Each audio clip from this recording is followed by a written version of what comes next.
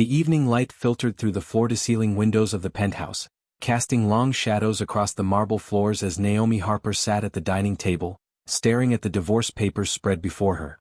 Her elegant fingers, adorned with the platinum wedding band she had worn for 3 years, trembled slightly as she held the pen. 28 years old, and she felt like she had aged a lifetime in this beautiful prison of glass and steel. The penthouse was immaculate as always. Everything in its place, everything perfect, everything cold. The modern furniture, the expensive art on the walls, the imported Italian marble, all of it spoke of wealth and taste, but none of it spoke of home. Naomi had spent 3 years trying to make this place feel lived in, placing fresh flowers in vases, hanging photographs, adding warm throws to the stark white sofas. But it never worked. The coldness wasn't in the decor, it was in the absence of the man who owned it. Gene Kong. Her husband. A man she had spoken to perhaps a dozen times in meaningful conversation over the course of their entire marriage. A man who provided her with everything except the one thing she truly needed: his presence, his attention, his heart. Naomi set down the pen without signing and walked to the window, pressing her forehead against the cool glass. The city sprawled below, millions of lights beginning to twinkle as darkness descended. Somewhere out there, Gene was conducting business, attending meetings, doing whatever it was he did during his endless hours away from home. She used to wonder about his days, used to try to ask him about his work. But his responses were always the same, clipped, professional, distant. Eventually she stopped asking. The marriage had been arranged, though not in the traditional sense. 3 years ago, Naomi's father, Robert Harper, had made some catastrophically poor business decisions with his art gallery. He had borrowed money from the wrong people, people who didn't accept late payments or excuses. When the threats started coming, when men in dark suits began appearing at the gallery with cold eyes and colder promises, Naomi had felt helpless. Her father was a dreamer, an artist at heart, never meant for the harsh realities of business dealings with criminals. Gene Kong had appeared like a solution wrapped in an enigma. He was young, successful, devastatingly handsome with his sharp features and intense dark eyes. He owned a chain of high-end restaurants and luxury hotels, or at least that's what the public believed. Naomi later learned that these businesses were merely the legitimate face of something much darker. Gene was the heir to one of the city's most powerful crime families, though they preferred the term organization. His late father had built an empire, and Gene had inherited not just wealth, but responsibility, power, and danger. The proposal had been businesslike, delivered in her father's hospital room after he'd suffered a heart attack from the stress. Gene would pay off all debts, ensure the gallery's protection, and provide financial security for the Harper family. In exchange, Naomi would marry him. His grandmother, a traditional Korean matriarch who held significant influence in the family, was pressuring him to settle down, to present a stable image. A wife would satisfy family expectations and strengthen his position within the organization. Naomi remembered the exact words of their agreement. They had sat in Jin's lawyer's office, surrounded by mahogany and leather, while a contract was drawn up. "This is a business arrangement," Gene had said, his voice smooth but emotionless. "You'll have your own space, your own life. I won't interfere with your pursuits, and I expect the same courtesy. We'll appear together at necessary functions. Beyond that, we maintain our separate existences." "What about?" Naomi had hesitated, her cheeks warming. "What about intimacy?" Jin's expression hadn't changed. "There will be none. This is a contractual marriage, Miss Harper.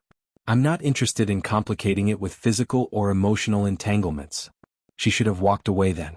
But her father's life, his legacy, the gallery that had been in their family for 3 generations, it all hung in the balance. So she signed. She wore the white dress. She stood beside Gene in front of his family and hers and spoke vows that felt like lies. The wedding night had set the tone for everything that followed. Gene had driven them back to the penthouse in silence, shown her to a beautifully appointed bedroom and said, "This is your room. Mine is at the other end of the hall. If you need anything, the household staff can help. Good night, Naomi." Then he had disappeared into his own space, closing the door with a soft but final click. 3 years. 1,095 days of living like a ghost in a stranger's home. Naomi had thrown herself into her work at the gallery, which Gene had indeed saved and then some. He had invested in expanding it, hired additional staff, and never once asked for anything in return. The gallery thrived. Her father's health improved. By every measurable standard, Gene had kept his promises. Except Naomi was dying inside. Not from mistreatment or cruelty, but from absence. From the slow realization that she was living half a life, watching days turn into weeks, turn into months, turn into years, and she was letting it happen. She was 28 years old and she had never been truly kissed. Never been held. Never felt desired or wanted or loved. She watched her friends fall in love, get married, start families. She attended their weddings and baby showers, wearing designer clothes that Jin's staff bought for her, driving luxury cars that appeared in the garage without discussion, living a life of material comfort and emotional starvation. The final straw had come 2 weeks ago on their 3rd anniversary. Naomi had spent the day hoping, foolishly, desperately hoping, that Jin might acknowledge it. She had worn a beautiful emerald dress, had dinner prepared by the private chef, had allowed herself to imagine that maybe, just maybe, 3 years was long enough for him to reconsider their arrangement. Jin hadn't come home. He had texted at 9 p.m., working late. Don't wait up. She had sat at that table until midnight, watching the candles burn down to nothing, feeling something inside her finally break. The next morning she had called a divorce attorney. Now, standing at the window with the unsigned papers on the table behind her, Naomi felt the weight of her decision. Part of her felt guilty. Jin had done everything he promised. He had been respectful, generous, and true to his word. But another part of her, the part that longed for warmth and connection and love, knew she couldn't survive another 3 years of this beautiful, empty existence. She turned back to the table, picked up the pen, and signed her name with firm strokes. Then she gathered the papers, walked down the long hallway past priceless paintings and sculptures that might as well have been wallpaper, and stopped outside Jin's study. This room was his sanctuary, the one place she had never entered. An unspoken rule hung between them. His private space was off limits. But tonight, everything was changing. Naomi pushed open the door. The study was darker than the rest of the penthouse, decorated in deep woods and leather. Built-in bookshelves lined 2 walls, filled with books in Korean, English, and what looked like Japanese. A massive desk dominated the space, its surface neat except for a laptop and a single photograph frame facing away from her. Naomi walked to the desk and placed the divorce papers in the center, exactly where Jin would see them when he returned. She allowed herself one moment of curiosity and turned the photograph frame toward her. Her breath caught. It was their wedding photo, but not the formal portrait that hung in the hallway for appearances. This was a candid shot, taken when they didn't know the photographer was watching. Jin was looking at her with an expression she had never seen on his face, something almost like longing. And Naomi was laughing at something someone had said, her face lit up with genuine joy, her hand unconsciously reaching toward Jin's. Naomi's eyes stung with unexpected tears. She set the frame down and left the study quickly, closing the door behind her. The rest of the evening passed in a blur. She ate dinner alone as usual. She took a long bath, trying to wash away the anxiety and sadness. She put on comfortable pajamas and climbed into her solitary bed, picking up a book she had no hope of focusing on. It was nearly 2 in the morning when she heard the front door open. Naomi sat up, her heart pounding. Jin was home. He would find the papers. Tomorrow their lawyers would handle everything and she would move out and this strange chapter of her life would close. But then she heard something that made her blood run cold. A crash, followed by labored breathing and what sounded like someone struggling to move. Naomi threw off her covers and rushed to her bedroom door, opening it cautiously. Jin was in the hallway, one hand pressed against the wall for support, the other clutching his shoulder. Even in the dim light, Naomi could see dark liquid seeping between his fingers. Blood. Jin. She rushed forward without thinking, her hands reaching for him. He looked up at her and for the first time in 3 years she saw real emotion in his eyes, pain, surprise, and something else she couldn't name. Naomi, he said, his voice strained. Go back to your room. I'll be fine. You're bleeding. She reached for his shoulder but he tried to pull away. It's nothing. I'll handle it. He took a step toward his bedroom and stumbled. Naomi caught him or tried to. He was much larger than her, and his weight nearly took them both down. Stop being ridiculous. You need help. I'll call Dr. Chen, Jin said, but his voice was weaker now. Forget Dr. Chen. We're going to a hospital. No hospitals. His voice turned sharp despite his condition. No hospitals, Naomi. They ask questions. The reality of who Jin really was crashed over her again. Whatever had happened tonight, it wasn't a mugging or an accident. This was part of his other life, the one he never discussed. Fine. No hospital. But you're coming to my room and I'm going to look at that wound. When he started to protest, she added firmly, Jin, I don't care about our arrangement right now. You're hurt, and I'm not going to let you bleed out in the hallway because of some stupid rule about separate spaces. Now move. Something in her tone must have penetrated his defenses because he let her guide him to her bedroom. She helped him sit on the edge of her bed, then rushed to her bathroom for the first aid kit she kept stocked. When she returned, Jean had managed to shrug off his jacket and was trying to remove his shirt with one hand. "Let me," Naomi said, setting down the supplies. Her fingers were shaking as she helped him pull the blood-soaked shirt over his head. What she saw made her gasp. The bullet wound in his shoulder was bad enough, still bleeding steadily, but it was the scars covering his torso that truly shocked her. Old wounds, some that looked like knife cuts, others like burns. Jin's body was a map of violence, a testament to a life she knew nothing about. "How long have you?" She couldn't finish the question. "Since I was 17, Jean said quietly. "When my father decided it was time for me to learn the family business." Naomi pressed gauze to his shoulder, applying pressure to stop the bleeding. Jean flinched but didn't make a sound. She worked in silence, cleaning the wound as best she could. The bullet had gone through, which was something at least. She wasn't qualified for this, but she did what she could, remembering a first aid course she had taken years ago. As she worked, Jin's breathing gradually steadied. His eyes kept closing, whether from blood loss or exhaustion, she couldn't tell. "You should rest," she said, taping the final bandage in place. "I should go to my room," Jean said, but he didn't move. "You're not going anywhere in this condition. Just stay here tonight. Please." Jean looked at her, then really looked at her, and Naomi saw confusion in his eyes. "Why are you helping me? After everything, after tonight?" "After tonight?" She didn't understand. "The papers," he said softly. "I saw them. The divorce papers. You signed them." Naomi felt her cheeks warm. "Oh, that." "I don't blame you," Jean continued, his voice growing drowsy. "You kept your part of the agreement for 3 years. You have every right to leave. I've given you nothing worth staying for." Before Naomi could respond, before she could process the profound sadness in his voice, Jin's eyes closed completely. His breathing deepened, and she realized he had fallen asleep or perhaps passed out.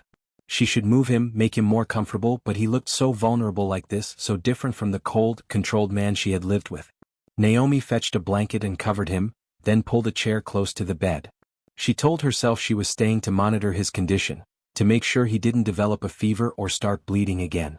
But as she sat there watching him sleep, watching the rise and fall of his scarred chest, she admitted to herself that it was more than that. In 3 years, Jean had never been in her room, had never shown weakness or need, had never whispered her name the way he had in the hallway like it meant something. And now here he was, asleep in her bed, his hand resting near hers on the mattress. Without thinking, Naomi reached out and gently covered his hand with hers. Jean didn't wake, but his fingers twitched slightly, as if even in sleep he was aware of her touch. As the first light of dawn began to filter through the windows, Naomi finally allowed herself to close her eyes, her hand still resting on Jin's, and wondered what in the world she was going to do now. Naomi woke to the sensation of being watched. Her eyes flew open to find Jean sitting up in her bed, his dark gaze fixed on her where she had fallen asleep in the chair beside him. Morning light streamed through the windows, illuminating the stark white bandages on his shoulder and the exhaustion etched into his features. "You stayed," Jean said, and there was wonder in his voice, as if she had done something extraordinary instead of basic human decency. Naomi sat up straighter, wincing at the crick in her neck from sleeping in the chair. "Of course I stayed. You were injured. How are you feeling?" "Better." Jean looked down at his bandaged shoulder, then at their hands. Somehow during the night, his fingers had intertwined with hers. He stared at their joined hands like he was trying to solve a complex equation. "Naomi, about last night? You need to eat something," she interrupted, suddenly feeling shy under his intense scrutiny. She gently extracted her hand from his and stood. "And probably call your doctor to check that wound properly. I did what I could, but I'm not exactly qualified to treat gunshot wounds." "Naomi." Jin's voice stopped her at the door. When she turned back, his expression was raw in a way she had never seen. "Thank you. For helping me. For not." He gestured vaguely toward the hallway, toward the study where the divorce papers waited. "For not leaving me there." "I wouldn't leave anyone bleeding in a hallway, Jean," she said softly. "Not even a stranger." Something flickered across his face. Hurt, maybe, or resignation. "Is that what I am to you? A stranger?" The question hung in the air between them, heavy with 3 years of distance and silence. Naomi wanted to say yes, Wanted to tell him that you couldn't claim to know someone who had spent 3 years actively avoiding any real connection. But that wasn't entirely true, was it? She knew things about Gene, small things she had gathered like precious stones over the years. She knew he took his coffee black, that he worked on his laptop until 3 in the morning most nights, that he spoke Korean when he was on the phone with his grandmother, his voice softening in a way it never did otherwise. She knew he read voraciously, everything from philosophy to crime novels. She knew he had a scar above his left eyebrow that he touched unconsciously when he was thinking. "I don't know what you are to me," Naomi finally answered honestly. "You're my husband, but we don't have a marriage. You're the man I live with, but we don't share a life. You saved my family, but you won't let me know you. So yes, Gene, in many ways you are a stranger. A stranger I signed divorce papers to get away from." Gene flinched as if she had struck him. He looked down at his hands, at the blood still dried under his fingernails.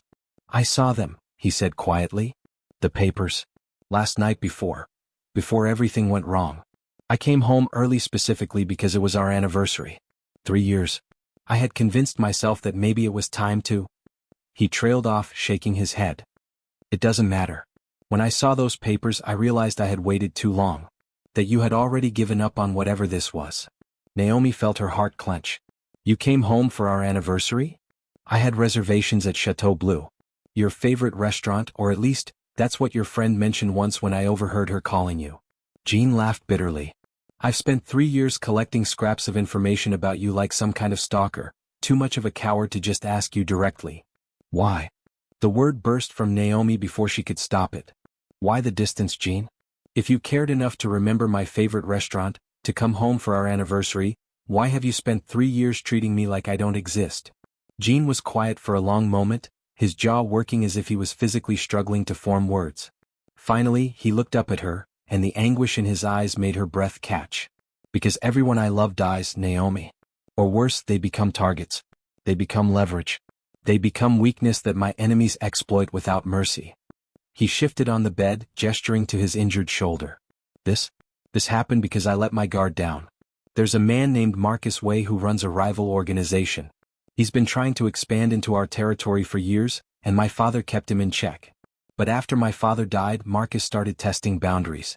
2 years ago he discovered that I had feelings for someone. A woman I had been seeing before our marriage. Naomi's stomach twisted, but she stayed silent, letting him continue. Her name was Yuna. She was a civilian, completely uninvolved in any of this. She was a music teacher, kind and gentle and everything good in the world. Marcus's men kidnapped her. They sent me photos. Jin's voice cracked and he had to stop, breathing deeply before continuing. They tortured her for 3 days before killing her. Not because she had any information. Not because she had done anything wrong. But because Marcus wanted to send me a message about what happens when I care about someone. Horror washed over Naomi. "Gene, I'm so sorry. I killed every single person involved," Gene continued, his voice flat now, emotionless. "I made Marcus watch as I dismantled his operation piece by piece. But I couldn't bring Yuna back. And I learned my lesson. Caring about people, letting people close, it makes them targets. It gets them killed." "But you married me," Naomi said, confusion and understanding starting to dawn simultaneously. "I had to marry someone. My grandmother was dying, and her last wish was to see me settled. The family needed me to project stability. I thought." Gene met her eyes. "I thought if I chose someone through arrangement, someone I kept at arm's length, I could protect you. If you were just a wife on paper, Marcus and others like him wouldn't see you as valuable. You'd be safe in your own world, living your life, and I'd stay far enough away that no one would think to use you against me." Naomi slowly walked back to the chair and sat down, her legs suddenly weak. 3 years, she whispered. 3 years of coldness and distance, and it was all to protect me? "I failed at that too," Gene said bitterly. "Last night I was meeting with some associates at one of my restaurants. Marcus's men ambushed us in the parking garage. Everyone got out except me. I was the target. During the fight, one of them said something that made my blood run cold. He said, 'Way knows about the girl. Knows you've been watching her. Knows you're planning to finally make a move on your anniversary.'" "He knew about our anniversary?" Naomi felt cold. "Marcus has people watching me constantly. And I've been." Gene ran his hand through his hair in frustration. "I've been slipping, Naomi.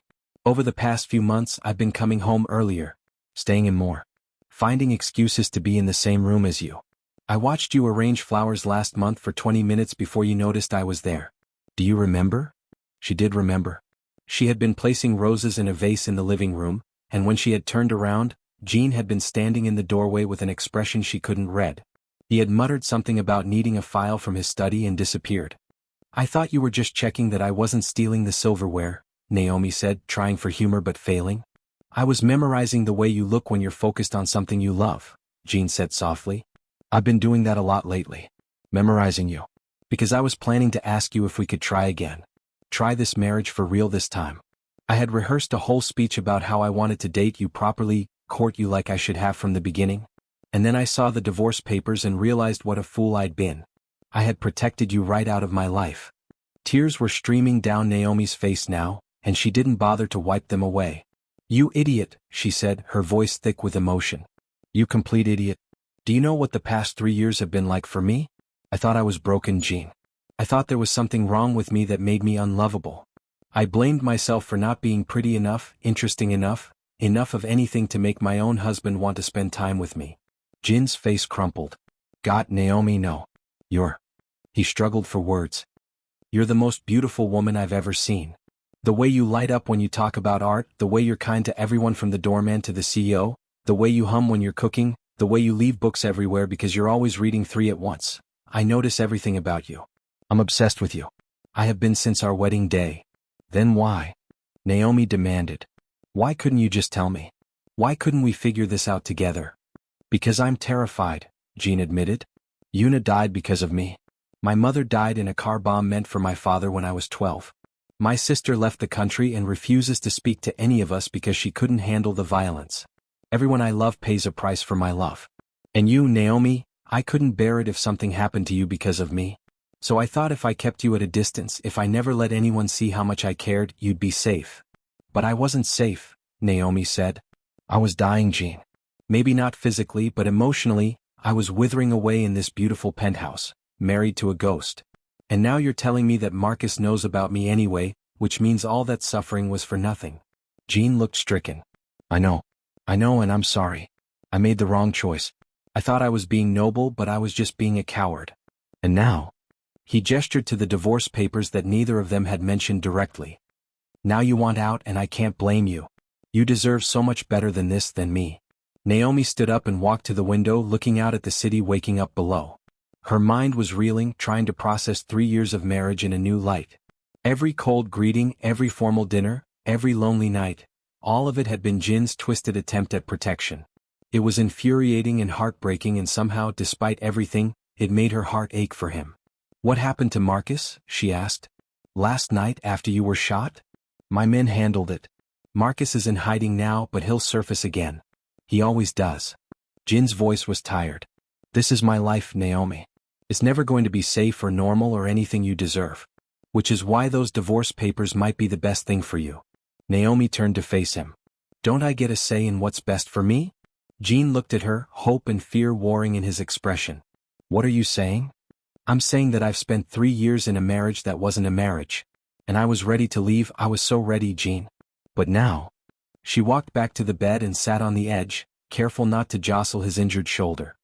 Now I'm wondering if maybe we could try this differently. Actually no more protection through distance. No more separate lives under the same roof. Either we're married or we're not, but I can't do this halfway thing anymore. It's dangerous, Jean warned, but his hand had already moved to cover hers. Life is dangerous, Naomi countered. I could get hit by a bus tomorrow. I could have a heart attack at 30. We don't get guarantees, Jean. But what I do know is that I've wasted 3 years being miserable because we were both too scared or too proud or too damaged to be honest with each other. I don't want to waste any more time. Jean lifted her hand to his lips and kissed her knuckles gently, reverently. I don't deserve you. Probably not, Naomi agreed and was rewarded with a small smile. But I don't deserve to spend my 20s in a loveless marriage either, so maybe we're even. I do love you, Jean said, his voice urgent. I know I have no right to say it, and I know I've done nothing to earn the words, but I love you, Naomi.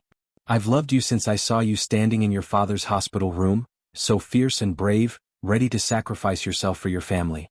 You were wearing a yellow sundress and your hair was pulled back, and you looked at me like you could see right through all my defenses. And I thought, I'm going to marry this woman, and I'm going to spend the rest of my life keeping her safe. Naomi felt more tears spill over. Yellow sundress. I can't believe you remember that. I remember everything about you, Jean said. He reached up with his good arm and cupped her face, his thumb brushing away her tears. I remember that you bite your lip when you're concentrating. That you always kick off your shoes the second you come home. That you sing in the shower when you think no one can hear. That you cry at sad commercials but laugh at horror movies. I know you, Naomi. I've spent 3 years learning you from a distance because I was too afraid to know you up close. No more distance, Naomi said firmly. She leaned forward carefully, mindful of his injury, and rested her forehead against his. If we're going to do this, really do this, then no more secrets. No more protecting me by pushing me away. We face whatever comes together or we don't face it at all. Together, Jean agreed, and then for the first time in 3 years, he pulled her into his arms and held her. It wasn't a passionate embrace. Jean was too injured and they were both too emotional, too overwhelmed by the weight of everything that had just been said.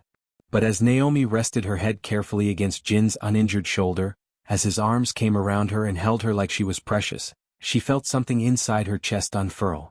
Something that had been locked tight for 3 years finally began to open. They stayed like that for a long time, just holding each other, feeling the reality of connection after so much loneliness. Eventually, Jin's phone started ringing, buzzing insistently from the pocket of his blood-stained pants discarded on the floor. Reality was calling them back. You should answer that, Naomi said reluctantly. Jean groaned but reached down to grab the phone. He glanced at the screen and sighed. It's my second in command, probably wanting to debrief about last night.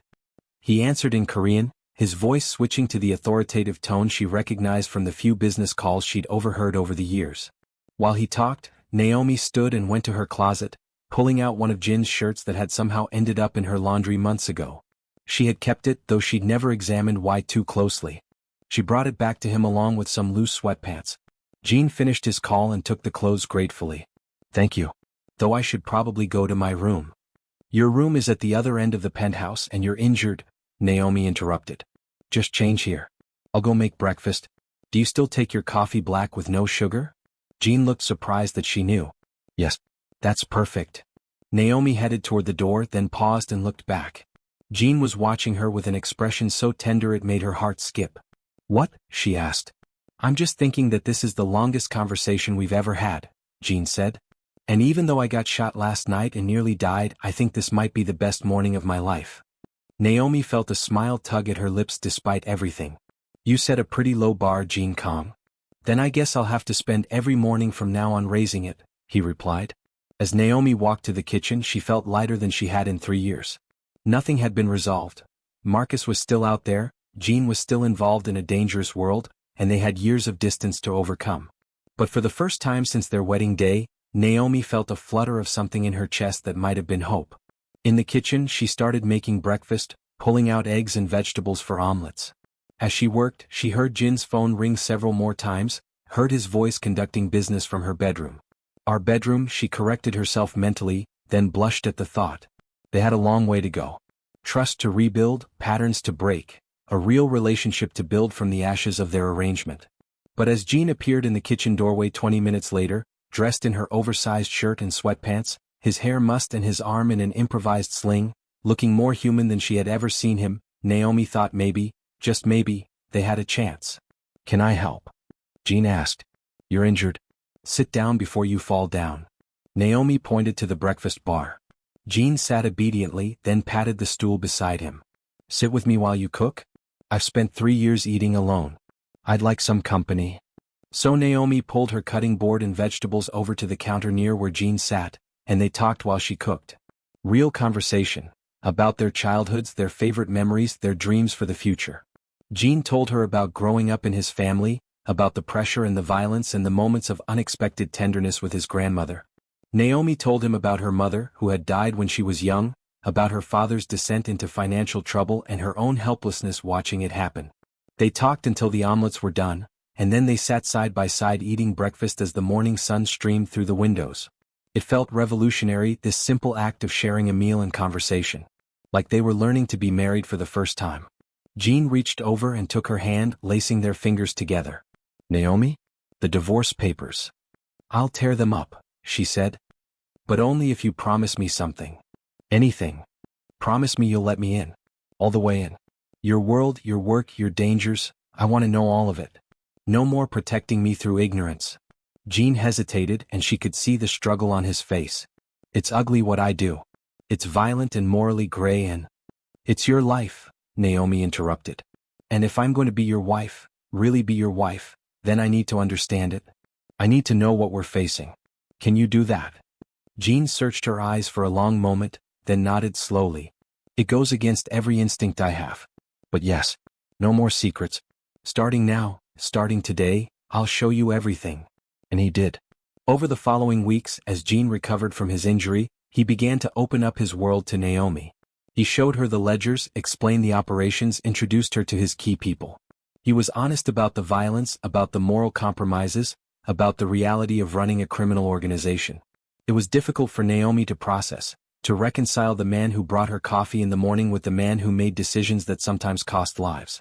But Jean never sugar-coated it, and Naomi appreciated that. She learned that while Jin's organization was involved in illegal activities, gambling, protection, some smuggling, he had strict rules. No drugs, no human trafficking, no targeting civilians. He explained how he had been working for years to transition more of the business into legitimate enterprises, how the restaurants and hotels weren't just fronts but actual thriving businesses he hoped to eventually make his sole focus. My father built this empire, but it doesn't have to be my legacy, Jean told her one evening as they sat in his study, a room that was now open to her, no longer forbidden. I've been laying groundwork for years to hand over the criminal operations to my cousin and focus entirely on the legal businesses. But it's slow. You can't just walk away from this world, it has to be done carefully or people die. Naomi was sitting on the floor, leaning against Jin's legs as he worked at his desk. It had become their new routine, spending evenings together in comfortable silence or easy conversation. Sometimes Jean worked while Naomi read. Sometimes they just talked. And sometimes, like now, Jean would absently run his fingers through her hair while he typed, and Naomi would close her eyes and feel safe in a way she never had before. How long will it take, she asked, to transition out completely? Maybe 5 years. Maybe 10. It depends on a lot of factors. Jin's fingers paused in her hair. Is that too long? Knowing what you… Continue. 1:56 p.m. No now, can you handle 5 or 10 more years of this? Naomi turned to look up at him. I can handle anything as long as we're facing it together. That's what I couldn't handle, being kept in the dark, being kept at a distance. At least this is real. Jean smiled down at her, that rare, genuine smile that transformed his entire face. Then he pushed back from the desk and pulled Naomi up and into his lap, mindful of his shoulder which was healing well. Have I told you today that I love you? He asked. Only 3 times, Naomi teased. You're slacking. I love you, Jean said, punctuating each word with a soft kiss to her forehead, her cheeks, the tip of her nose. I love you, I love you, I love you. Naomi laughed and wrapped her arms around his neck, returning his affection with kisses of her own. They had been taking things slowly physically, learning each other through gentle touches and embraces. Neither of them was ready to rush into anything more. They were still building trust, still learning to be vulnerable with each other. But these moments of tenderness, of playful affection, were healing something in both of them. Jean was learning that love didn't have to end in tragedy. And Naomi was learning that she was worthy of being loved, that her husband's previous coldness had nothing to do with her value and everything to do with his fear. Their peaceful evening was interrupted by Jin's phone ringing. He glanced at the screen and his expression darkened. It's my informant. I need to take this. Naomi started to get up to give him privacy, but Jean held her in place. Stay, he said. No more secrets, remember? So she stayed, listening as Jean conducted a conversation in rapid Korean. She couldn't understand the words, but she understood the tension in his body, the sharp edge to his voice. When he hung up, his jaw was tight. Marcus? She asked. He's been spotted. My people have been tracking him since the attack. He's planning something big, trying to form alliances with other organizations to move against us. Jin's arm tightened around her waist. He's also been asking questions about you. He knows we've changed our arrangement. Fear flickered in Naomi's stomach, but she pushed it down. What do we do? We're increasing security. I'm assigning personal protection to you. Jean. This isn't negotiable, Naomi. Not this. You can be involved in my world, you can know everything that's happening, but I won't compromise on your safety. Please don't fight me on this. She could hear the plea in his voice, the fear underneath the authoritative tone. Okay, she agreed. But I want to learn self-defense. And I want to know the security protocols. I won't be a helpless victim, Jean. You could never be helpless, Jean said, kissing her temple. But yes, I'll arrange training. Starting tomorrow if you want. They spent the rest of the evening making plans, discussing security measures, and talking through various scenarios. It should have been terrifying, and it was, to some degree, but Naomi also felt empowered. She wasn't being protected through ignorance anymore. She was being trusted to be part of the solution. That night, as they prepared for bed, Jean in his room, Naomi in hers, still taking things slowly, Jean paused at her bedroom door. Naomi? Would you? He looked uncharacteristically uncertain. Would you mind if I stayed with you tonight? Just to sleep, I mean. I just want to be close to you. Naomi's heart melted. This powerful man, this crime boss who made hardened criminals nervous, was standing in her doorway looking vulnerable and hopeful. I'd like that, she said softly. So they climbed into bed together for the second time, but this time there was no injury, no emergency. Just two people choosing to be close, choosing to be vulnerable with each other. Jean pulled Naomi against his chest, and she rested her head over his heart, listening to its steady beat. I never thought I'd have this, Jean whispered into the darkness. I thought I'd destroyed any chance at happiness with you. We both made mistakes, Naomi replied. But we're fixing them. We're trying. I love you, Jean said again, his arms tightening around her. I'm going to spend the rest of my life making up for the 3 years I wasted. I love you too, Naomi said and felt Jean's sharp intake of breath. It was the first time she had said the words out loud, though she had been feeling them for weeks now, maybe longer. And you don't have to make up for anything. We're starting fresh, remember? Today is day 1 of our real marriage. Jean kissed the top of her head and held her close, and they fell asleep like that, tangled together, hearts beating in sync, finally building the life they should have had from the beginning. The next 3 months were a revelation for both Naomi and Jean. They learned each other in ways they never had before, building a real relationship from the foundation of their paper marriage. Jean taught Naomi about his business, introduced her to his associates, and showed her the intricate web of connections and obligations that made up his world. Naomi surprised him by taking to it naturally, her sharp mind and diplomatic nature making her an asset at functions and meetings.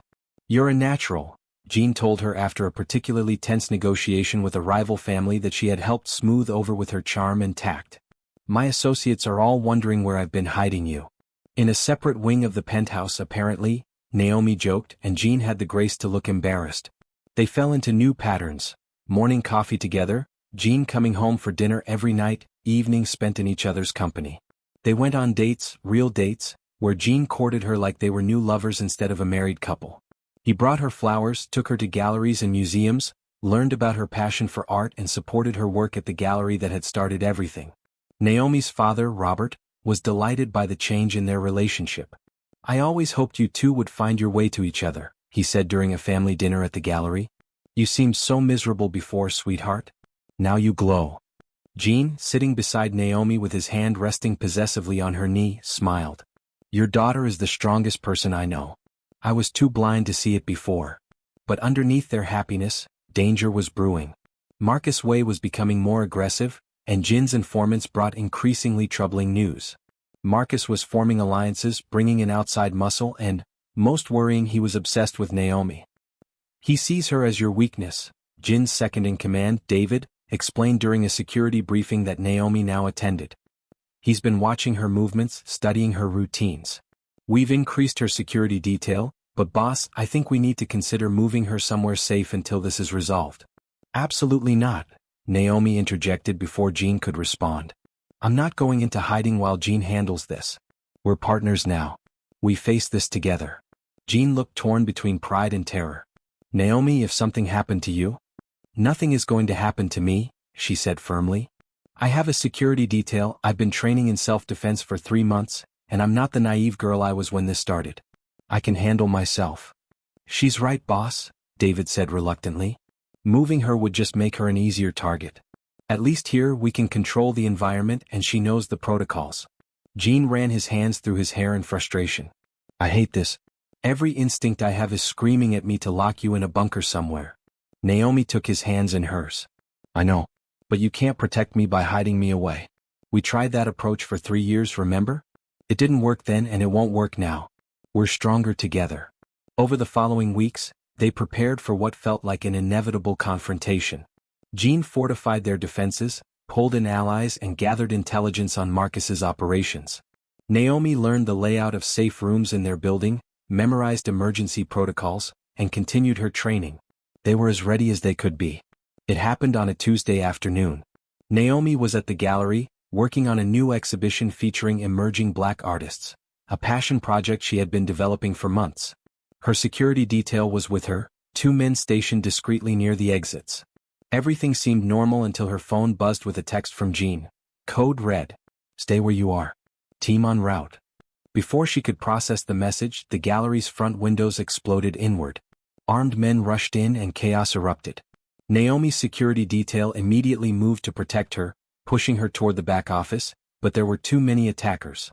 Gunfire echoed through the gallery space, and Naomi heard screaming from the few visitors who had been viewing the art. Get them out, she shouted to her team, pointing at the civilians. The emergency exit now? One of her guards nodded and began herding terrified visitors toward the back exit while the other held off the attackers. But then a man appeared behind them, Marcus Way himself, holding a gun and smiling coldly. Mrs. Kong, he said smoothly, we finally meet properly.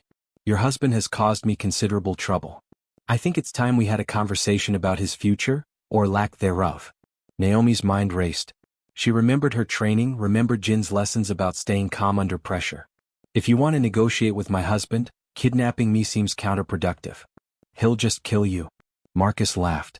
Oh, I'm counting on him trying. I have 50 men surrounding this building. The moment Jin arrives to rescue his precious wife, we'll end the Kong family's reign once and for all. He gestured with the gun. Move. We're going upstairs to the roof. Jin can watch me throw you off before my men take him down. Fear spiked through Naomi, but she forced it down. She needed to buy time. As Marcus's men grabbed her and started forcing her toward the stairs, she deliberately dragged her feet, making herself as difficult as possible without getting herself shot. She knocked over a display stand, shoved against a door frame, anything to slow their progress. Your husband took everything from me, Marcus continued as they climbed. My territory, my reputation, my men. All because I dared to challenge him. And then he had the audacity to fall in love, to show weakness, to give me the perfect weapon against him. You.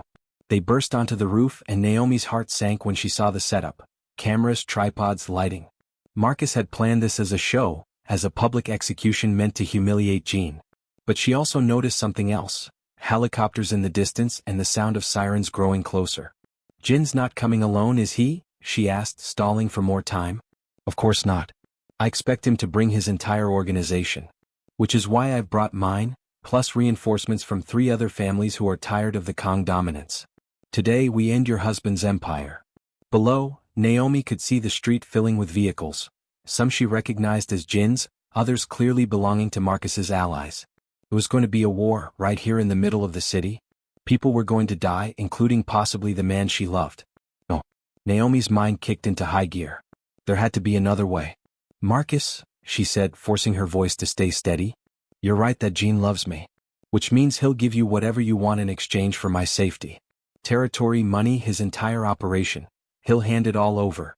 But if you kill me, you lose that leverage and you'll have made an enemy who will never stop until you're dead. Is that really what you want? Marcus studied her, calculating.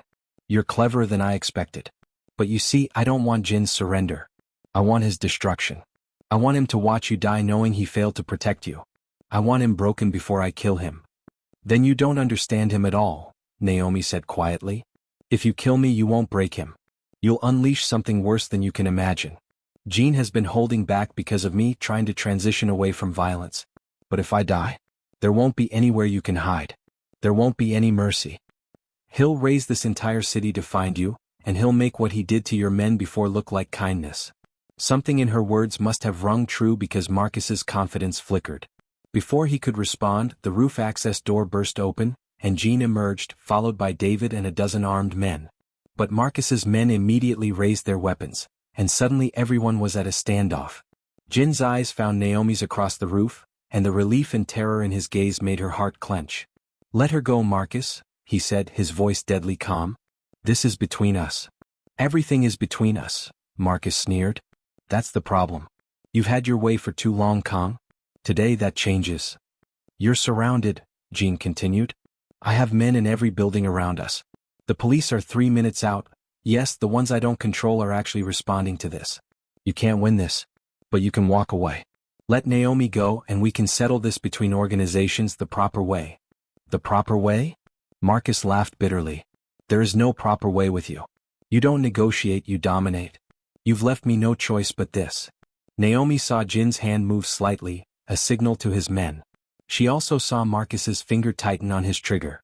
Everything was about to explode and she was the catalyst. She had to do something. Actually, Naomi said loudly, drawing everyone's attention, there might be another option. One that doesn't end with half of us dead. Naomi, Jean started but she cut him off. Jean has been trying to go legitimate, she continued, looking directly at Marcus. He wants out of the criminal business. What if he could broker that transition through you? What if the Kong organization's territories and operations were transferred to a coalition, including your family, with Jean stepping back entirely? You'd get what you want, expanded power, Kang's empire divided among his rivals. And Jean gets what he wants, out of this life. Everyone wins. That's insane, David muttered, but Jean was staring at Naomi with dawning understanding. Marcus looked suspicious. Why would Kong agree to that? Why would he give up everything? Because she's asking me to, Jean said quietly, his eyes never leaving Naomi's face. And because she's right. I've been trying to find a way out for years, but I couldn't see how to do it without appearing weak, without inviting attacks from every angle. But if I'm brokering my own exit, if I'm offering my territories in a structured handover to a coalition of families, it's not weakness, it's strategy. You'd really do that? Marcus asked, disbelief evident. You'd give up your family's legacy for her? In a heartbeat, Jean said. I don't want this life anymore, Marcus. I never wanted it. I inherited it and I've been trapped in it. My father's empire has cost me everything I ever cared about. If there's a way out that doesn't require more bloodshed, I'll take it. The standoff held for a long, tense moment. Then Marcus slowly lowered his gun. I want it in writing. A formal agreement, negotiated with neutral mediators. And if you try to double-cross me? I won't, Jean interrupted. You have my word. And despite everything, you know my word is good. Marcus nodded slowly, then gestured to his men to release Naomi. She ran across the roof and into Jin's arms, and he crushed her against him, his body shaking with relief. Don't you ever scare me like that again, he whispered fiercely into her hair. I could say the same to you, she whispered back. The following weeks were intense negotiations. Jean, true to his word, worked with Marcus and other family heads to structure a handover of his criminal operations.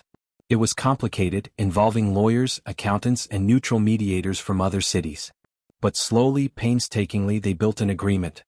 Jean retained his legitimate businesses, the restaurants, hotels, and other enterprises he had built over the years. Everything else was divided among a coalition of families, with careful checks and balances to prevent any one family from becoming too powerful.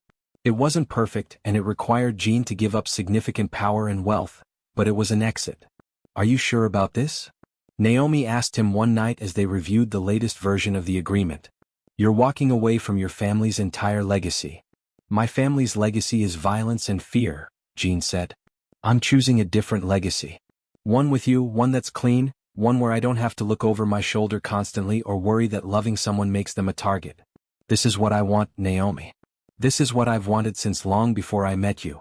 3 months after the roof confrontation, the agreements were signed. Jean Kong officially stepped down from leadership of the Kong organization, transferring all criminal operations to the coalition while maintaining his legitimate business empire. It made news in certain circles, this unprecedented peaceful transition of power. Some called it weakness. Others called it genius. Jean and Naomi didn't care what others called it. They called it freedom. On a crisp autumn evening, exactly 6 months after the roof incident, they stood in a small garden venue with about 50 guests.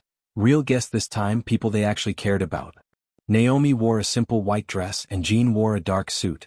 They held hands and spoke new vows, real vows, in front of their friends and family. I, Jean Kong, promise to spend every day of the rest of my life making up for the time I wasted. I promise to choose you, to trust you, to let you in completely. I promise to build a life with you that's based on honesty and partnership and love. I promise to never push you away no matter how scared I get. And I promise to love you with everything I am for as long as I live. Naomi had tears streaming down her face as she spoke her own vows. I, Naomi Harper Kong, promise to stand beside you through whatever comes. I promise to challenge you, to support you, to be your partner in every sense. I promise to love the man you are, not the man I thought you should be. I promise to choose courage over comfort, truth over ease. And I promise to love you, Jean, with my whole heart for all of our days. They kissed as husband and wife, really married this time, truly joined, and their guests cheered. Robert Harper cried openly, so happy to see his daughter genuinely happy. Jin's grandmother, frail but beaming, told Naomi in broken English that she had always known they would find their way to each other. The reception was nothing like their first wedding, which had been all performance and pretense. This was intimate, joyful, real. They danced together, their first real dance, and Jean held Naomi close, swaying to the music with his face buried in her hair. I can't believe we almost lost this, he murmured. If you hadn't signed those divorce papers, if I hadn't come home that night, if you hadn't taken care of me. But I did, Naomi interrupted softly. And you did. And we're here now. That's what matters. Later, they stood together greeting guests, and David approached with a genuine smile. Congratulations, boss. Or should I say, congratulations, Mr. Businessman? Jean laughed. Jean is fine, David. No more boss. It'll take some getting used to, David admitted. But I'm happy for you. Both of you. You deserve this. As the evening wound down and guests began to leave, Jean and Naomi found themselves alone in the garden, fairy lights twinkling overhead. Jean pulled Naomi into his arms for another dance, even though the music had stopped. What are you thinking about? Naomi asked, seeing the contemplative look on his face. I'm thinking about our new house, Jean said. They had purchased a home in the suburbs, something with a yard and space for the family they were planning. I'm thinking about waking up next to you every morning in our bed, not in separate rooms. I'm thinking about cooking dinner together, about lazy Sundays, about all the normal, boring, wonderful things we get to do now. Boring? Naomi teased. You think life with me will be boring? God, I hope so, Jean said fervently, and they both laughed. I've had enough excitement to last several lifetimes. Give me boring. Give me mundane. Give me coming home to you every night and never having to worry about someone using you to hurt me. What about your businesses? Won't you miss the excitement of running a restaurant empire? Jean shrugged. The restaurants practically run themselves at this point. I have good managers. And I've been thinking about starting something new, maybe a consulting firm helping other businesses transition to legitimate operations. There are a lot of people like me trapped in family legacies they never wanted. Maybe I can help them find a way out. Naomi beamed at him. That's a wonderful idea. You'd be amazing at that. We'd be amazing at that, Jean corrected. I was hoping you'd want to be involved. Your diplomatic skills, your ability to read people, you're better at this than I am. Partners? Naomi asked. In everything, Jean confirmed. He kissed her softly, tenderly, with all the love and promise of their new beginning. Forever starts now, Naomi. Our real forever. Forever starts now, she agreed. 6 months later, they stood in the kitchen of their new home, cooking dinner together as the autumn evening settled around them. It had become their favorite ritual, coming home, changing into comfortable clothes, and spending an hour or two preparing a meal together. Sometimes they talked about their day. Sometimes they debated recipe techniques. Sometimes they just enjoyed the comfortable silence of two people completely at ease with each other. Tonight, Naomi was chopping vegetables while Jean stirred a sauce on the stove. The kitchen was warm and smelled like garlic and herbs. Music played softly from a speaker on the counter. It was so ordinary, so beautifully mundane, and Naomi felt her heart swell with contentment. Jean set down his spoon and moved behind her, wrapping his arms around her waist and resting his chin on her shoulder. You know what today is? He asked. Naomi set down her knife and leaned back against him. Our 4-year anniversary? Our 4-year paper anniversary, yes. But more importantly, it's been 1 year since our real wedding. 1 year since we promised to actually be married instead of just pretending. Naomi turned in his arms to face him. Best year of my life, she said simply. Mine too. Jean kissed her forehead, her cheeks, her lips. Every morning I wake up next to you, I can't believe this is real. That we're real. Believe it, Naomi said, wrapping her arms around his neck. This is as real as it gets. This is forever. They stood there in their kitchen, holding each other close, the sauce on the stove temporarily forgotten. Through the window they could see the garden they were cultivating together, full of flowers that Naomi loved and vegetables that Jean insisted on trying to grow. Beyond that, the neighborhood was settling into evening, lights coming on in windows, families gathering for dinner, life continuing in its peaceful, ordinary way. On Jin's office wall hung the framed divorce papers, never filed, now a reminder of what they had almost lost and how far they had come. The plaque beneath them read, "The worst idea I almost made." But here in the kitchen, wrapped in each other's arms, Jin and Naomi Kang knew they had made the best decision of their lives. Not to give up, not to accept distance as protection, but to fight for each other, to choose love over fear, to build a real marriage from the ashes of a fake one. "I love you," Jin whispered. "I love you too," Naomi replied. And as they returned to cooking dinner together, laughing when Jin accidentally added too much salt and Naomi had to fix it, planning their upcoming trip to visit her father, discussing whether they were ready to start trying for a family, they knew that this ordinary, beautiful, imperfect life they were building together, this was the forever they had both been searching for. Forever had finally started and it looked like home. Did this love story touch your heart? Share it with someone who believes in second chances and the power of true love.